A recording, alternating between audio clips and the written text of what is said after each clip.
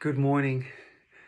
I have written something which I started yesterday after my recording, and I felt so you could say compelled to write about the rest that I currently experience. I just wanted to sort of solidify it in this writing, and so that's what I'm going to read to you right now. So here we go. The title of the piece is called Rest. I only have embodied language if my speaking or my writing deepens my experience of rest. When I talk out loud with myself or write for myself, like I do on this blog, I post this writing on my blog, you can read that. When I talk out loud with myself, like I actually do right now, because I do that separately from writing on my blog. When I talk out loud with myself and write for myself, like I do on this blog, it is very apparent that this is the case. Yeah, it is the case that I experience rest. I can hear it in the tone of my voice. And if you listen to me, you can hear it too. And I can also read it in the words I have written. And if you read my words, you can read it and experience it too. Embodied language is very satisfying. I wouldn't continue with it if it wasn't so incredibly satisfying. And it's quite a challenge, to continue with it because everybody is having disembodied language. But in spite of this big challenge, I still continue with it. And also in spite of my own history, of course, my own history of conditioning with disembodied language, I still continue with my embodied language. Because it is just giving me such rest and such peace. Yeah. So my conditioning with disembodied language is different from everyone else because I don't deny it. Those who don't even acknowledge and therefore do not know about the great difference between disembodied language and embodied language, they are ignorant about the fact that they could also stop their disembodied language and then have embodied language. The two do not co-occur. When one stops, the other starts. And that's just how it is. We cannot have both of them at the same time. So, those who do not acknowledge this great difference between disembodied language and embodied language, they remain ignorant about the fact that they can stop their disembodied language and then have embodied language. I'm not ignorant about it, but I neither care about your disembodied language nor about my own disembodied language. My embodied language puts all disembodied language to rest.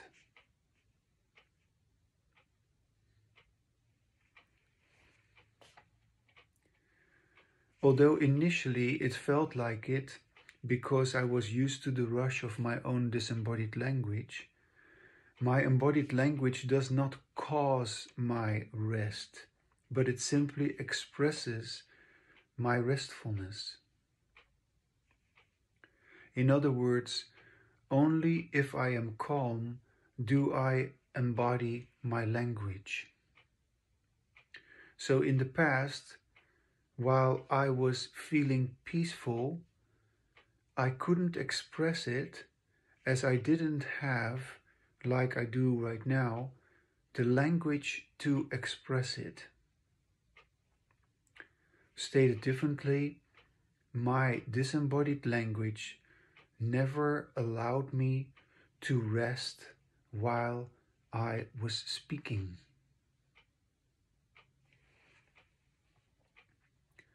In disembodied language, we never take a rest, as we are continuously, unknowingly hyped up, stressed out, anxious, frustrated, angry, or confused.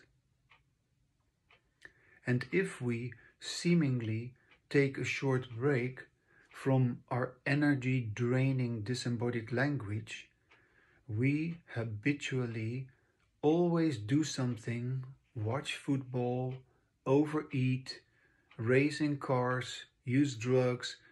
We always do something to distract ourselves from our language.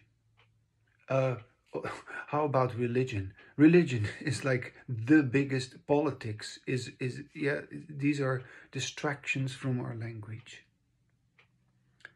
So we never experience any rest in how we use our language. It's not just only my situation, it is everyone's situation. Of course, in spite of all the chaos and conflict we experience every day, we still manage somehow to have some brief moments of rest. But these short-lived moments of relief are unable to find their way into our way of talking, listening, writing, and reading, because we unconsciously continue with our disembodied language. And even if we experience a little quiet time by, for instance, reading a book, this does not translate into our own peaceful talking, listening, or writing about our serene use of language. Even when we write about poetry, it doesn't result into embodied language. Our chronic lack of rest during our common way of talking sets the stage for many unhealthy compensatory behaviors which facilitate an escape from our own negative feelings. Consequently, our talking determines how we use our language, and in disembodied language, we use our language to ignore our worn out, unhappy experiences. It already starts very early, while we learn how to speak, and later in school when we learn how to read and write, and it usually continues throughout our lives until we die. When someone dies, we say, "May he or she rest in peace."